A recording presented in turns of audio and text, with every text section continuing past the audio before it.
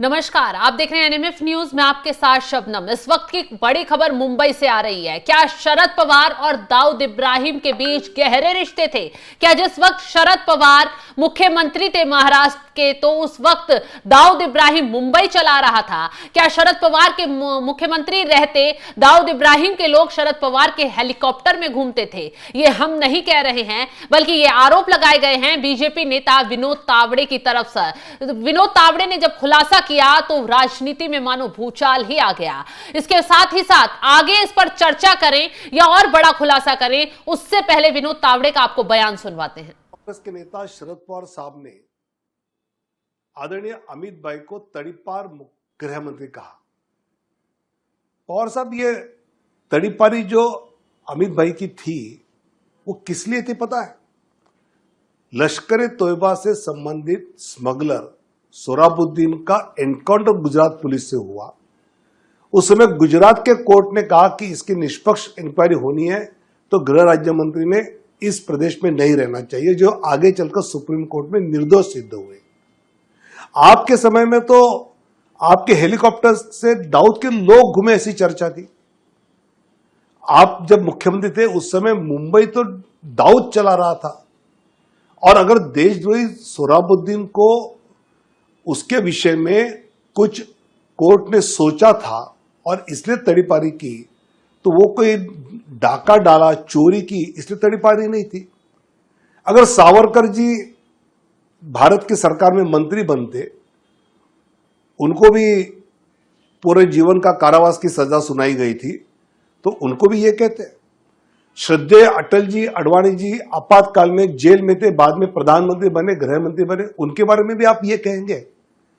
अगर आपको अमित शाह साहब ने गद्दार कहा तो 78 में आपने की थी, तो कोई भी पॉलिटिकल टिक्का टिप्पणी होती है तो उसको स्पोर्ट्समैन स्पिरिट से स्वीकारना चाहिए, ना कि गलत जानकारी देनी चाहिए।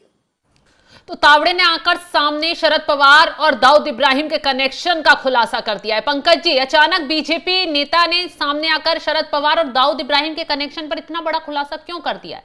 क्या वाकई में ये बात सच है? देखिए, इसके पीछे की राजनीति समझिए। चर्चा ऐसी चल रही थी कि शरद पवार है वो अजीत पवार गुट के साथ उनका विलय होने वाला है, वो एनडीए में आने वाले। ये बात अमित शाह को बिल्कुल पसंद नहीं थी कि शरद पवार एनडीए में आए, क्योंकि एक म्यान में एक ही तलवार रह सकती है और एक एनडीए गठबंधन में एक ही चाणक्य रह सकता है। अब शरद पवार और अमित शाह दोनों एक तरफ नहीं रह सकते, तो सबसे पहले वार शुरू किया अमित शाह ने।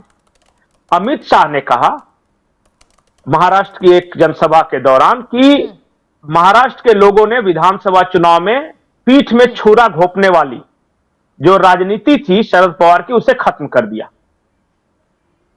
और उसी के जवाब में शरद पवार ने यह कहा कि देश में आज तक कोई केंद्रीय मंत्री कभी अपने राज्य से ताड़ीपार नहीं रहा।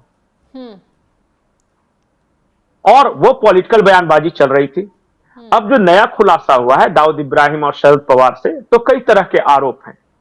एक तो विनोद तावड़े ने लगाया, जब ये मुख्यमंत्री थे तो दाऊद इब्राहिम को लोग उनके हेलीकॉप्टर से घुमा करते थे। अब कुछ और आरोप लगे हैं शरद पवार पे दाऊद इब्राहिम के साथ संबंध के, और वह मैं बताता जाता हूं एक एक करके।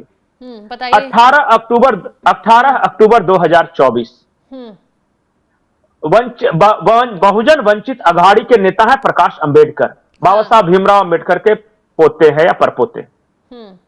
उन्होंने एक बहुत सनसनीखेज खुलासा किया, और खुलासा यह था कि जब शरद पवार महाराष्ट्र के मुख्यमंत्री थे तो वो दुबई गए थे, दाऊद इब्राहिम से मिले थे और सोने की चेन गिफ्ट की थी 1988 और 91 के बीच में, और उसके बाद 1993 में मुंबई में बम ब्लास्ट हुआ। ये प्रकाश अंबेडकर ने आरोप लगाया है, और पूरी कहानी प्रकाश अंबेडकर कुछ यूं बताते हैं। वो कहते हैं कि शरद पवार 1988-1991 में महाराष्ट्र के मुख्यमंत्री थे। तब उन्होंने लंदन की एक यात्रा की थी, वहां से वो कैलिफोर्निया गए, वहां 2 दिन रुके, और किन लोगों से मुलाकात थी इसका उन्हें खुलासा करना चाहिए कैलिफोर्निया में। कैलिफोर्निया से वापस लंदन आए, लंदन में 2 दिन रुके, वहां से दुबई गए, और दुबई एयरपोर्ट पर उनकी मुलाकात दाऊद इब्राहिम से हुई। और उसी मुलाकात के दौरान शरद पवार ने दाऊद इब्राहिम के गले में सोने की चेन पहनाई। ये प्रकाश अंबेडकर का आरोप था 18 अक्टूबर 2024 का। अगर पंकज जी ऊपर इतने गंभीर आरोप और आगे पर लगते रहे हैं तो उनके खिलाफ कार्रवाई या फिर जांच शुरू क्यों नहीं होती? नहीं तो प्रकाश अंबेडकर के आरोप लगा देने से जांच थोड़ी ना होगी। पहले तो ये बात का पता लगाना शरद पवार को बोलना है ना कि वो मिले थे या नहीं दुबई एयरपोर्ट पे। और मैं बताता हूं, ये तो थे प्रकाश अंबेडकर, तो मान लिया कि इनके अपोनेंट हैं। अब शरद पवार की पार्टी के नेता के बारे में बात बता रहा हूं, जो एनसीपी के नेता नवाब मलिक। नवाब मलिक ने 300 करोड़ से ज्यादा की जमीन कौड़ियों के दाम खरीदी। ईडी ने इन्हें उठाया, नवाब मलिक को। नवाब मलिक पर आरोप था कि 300 करोड़ की जमीन लेने के बदले इन्होंने सिर्फ 20 लाख रुपए में वो जमीन लिखवा लिया। और सुनिए कहानी इसके बाद, इंटरेस्टिंग है। दाऊद इब्राहिम की बहन हसीना पारकर को नवाब मलिक ने 15 लाख रुपए दिए। 5 लाख शुरुआत में कैश, बाद में 5 लाख का चेक दिया गया। और ईडी का आरोप यह है कि हसीना पारकर ने वो पैसा डी कंपनी के टेरर फंडिंग में इस्तेमाल किया। जब ईडी ने नवाब मलिक को उठाया तो नवाब मलिक ने क्या कहा पता है? कि हसीना पारकर के सबसे खास थे सलीम पटेल। सलीम पटेल उनके बॉडीगार्ड भी थे। हसीना पारकर के सारे ट्रांजैक्शंस, पैसे का हिसाब किताब भी रखते थे। लेकिन मैंने दाऊद इब्राहिम के साथ डील नहीं की थी। ये सलीम पटेल एनसीपी के बड़े नेता भी थे। दाऊद इब्राहिम की बहन का बॉडीगार्ड एनसीपी का बहुत बड़ा नेता है, जिसका नाम सलीम पटेल है। नवाब मलिक तो ये कहते थे ना कि अगर जो ये मेरे पर आरोप लगाए जाते हैं, मेरा दाऊद से कनेक्शन है या दाऊद से करीबी रिश्ते हैं, मैं उनके खिलाफ कार्रवाई करूंगा, कानूनी एक्शन लूंगा। तो कहां किया कार्रवाई? ईडी ने उठाया और ईडी के सामने स्वीकार तो कर लिया कि ठीक है, सलीम पटेल के साथ मैंने डील की थी। लेकिन सलीम पटेल का दाऊद से संबंध है ये मुझे नहीं पता था। मुझे ये पता था कि एनसीपी के बड़े नेता है। मतलब दाऊद की बहन का बॉडीगार्ड एनसीपी का बड़ा नेता हो गया। शरद पवार दुबई जाते हैं, दाऊद इब्राहिम को सोने का चेन पहनाते हैं। और मैं तीसरी एक और बड़ी घटना बता रहा हूं। उस समय शरद पवार मुख्यमंत्री थे। महाराष्ट्र में बम धमाके होते हैं। 1993 257 से ज्यादा लोगों की जान जाती है। 12 जगह पे धमाके हुए थे और दाऊद इब्राहिम गैंग ने चुन चुनकर वैसे जगहों पे बम लगाया था जहां हिंदू बहुल था, जैसे दादर हो गया, उस तरह के इलाकों में, या फिर जो शेयर मार्केट के नीचे लगाया था बम वो। लेकिन मुख्यमंत्री रहते हुए शरद पवार दौड़े दौड़े गए दूरदर्शन केंद्र और उन्होंने क्या घोषणा की पता है? कि कुल 13 जगह पे बम लगाए गए हैं। और 13वां जगह जो उन्होंने बताया वो मुंबई का मस्जिद बंदर बताया,